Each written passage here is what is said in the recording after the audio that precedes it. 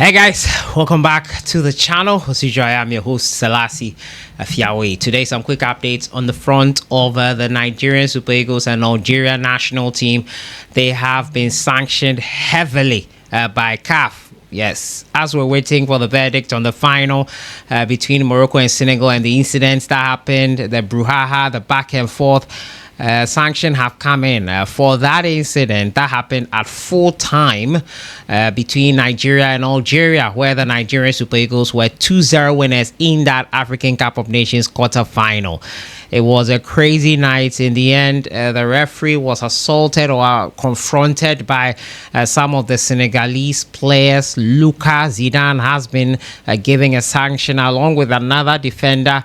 Also, the fans were inappropriate in their actions at full time. All the lowdown has come. A Nigerian was not punished in any way whatsoever. So we'll break it all down here for you. Ayew too, his move to knock Breda.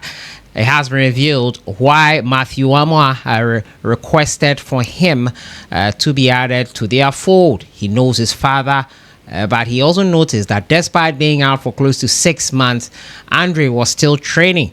Yes, in Ghana with his father's club, Nanya. And clearly from the interview we're going to watch today, that is what convinced him of Andre Ayew's preparedness to play in the Eredivisie with NAC Breda. As usual, don't forget to subscribe if you haven't. Click on that notification bell to get more updates. We'll jump right into it and we'll start off from the Algerian national team. They have been heavily sanctioned by CAF.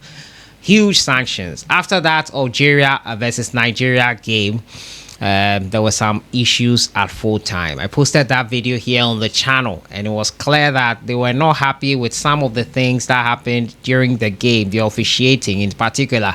But when you review all the decisions the referee took, it was all in line, especially that handball situation that they thought was a penalty. It hit his thigh before hitting the hand. Clearly, that's not a handball on Sami Ajayi. It was a lot of things, and most of it was because they didn't like how dominated they were by the Nigerians and how they were beating in the competition. Frustration, basically. In light of that, CAF has given a ban or sanction of $100,000 US dollars in total. Now, this is a breakdown of the sanction that has hit the Algerians. Now, $5,000 will be for players' behavior leading to multiple bookings. Now, another $25,000 will be behavior of some players and officials after the game. $5,000 again, use of flares by fans. Another $5,000 for throwing of objects by fans.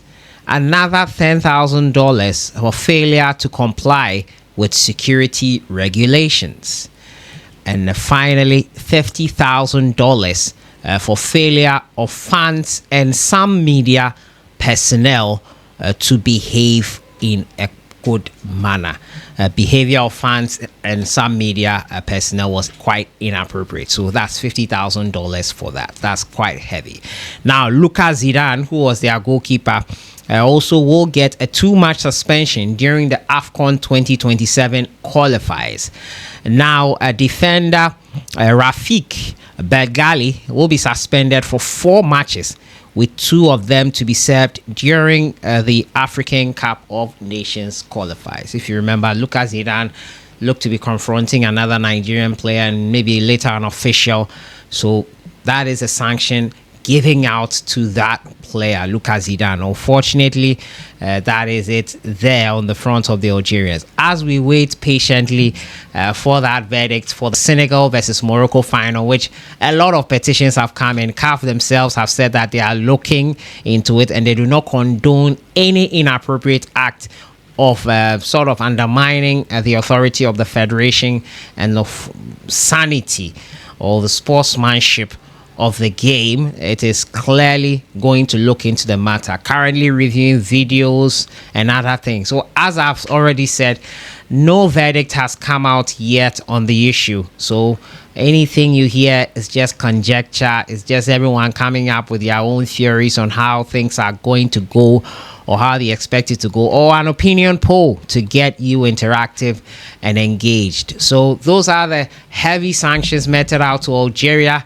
They are going to feel the full rigors of the law. They have a chance to appeal it, obviously, but I doubt if they will do that. $100,000 fine, 2 players facing 6-match ban, 6-match suspension combined. I think they'll swallow this. If there's an appeal, if there's any updates in that respect, I'll let you guys know. No Nigerian player or official was sanctioned in that respect. It didn't look like they needed to even be sanctioned because they were not involved in the brouhaha and the haranguing of the official at the end of 90 minutes after that game. Nigeria went to the semi-final. We all know what happened in that game, and they finished 3rd overall in the competition.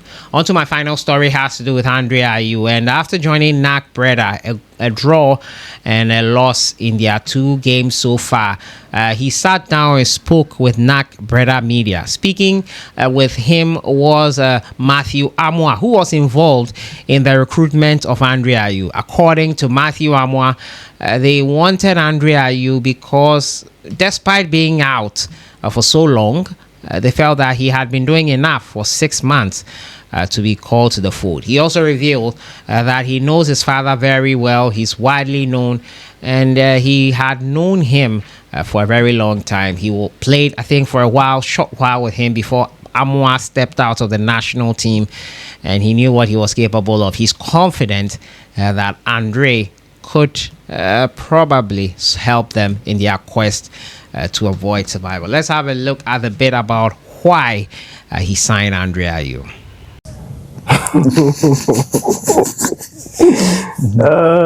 What's wrong? Yeah, maybe it will be like 10%. Even me, I was surprised when they told me.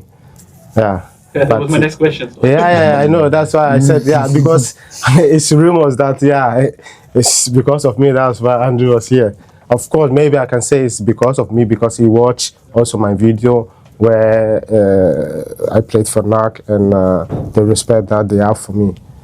And he also thought, it's a good club. I played here, so they know some of the Ghanaians. So I did not. They asked me whether it's fit, because I saw also his videos, sometimes training with his dad, and some not old, but former Ghanaian players that he trained with his dad. So like Wakaso, Kasim Adams, so boys. I said, he's fit, but maybe it's not game fit, because if I look at him, I cannot see any fat from him. He's 100% fit. So if you ask me which role I played, not much, but the coaches and Peter Mas, I think they do their work very well.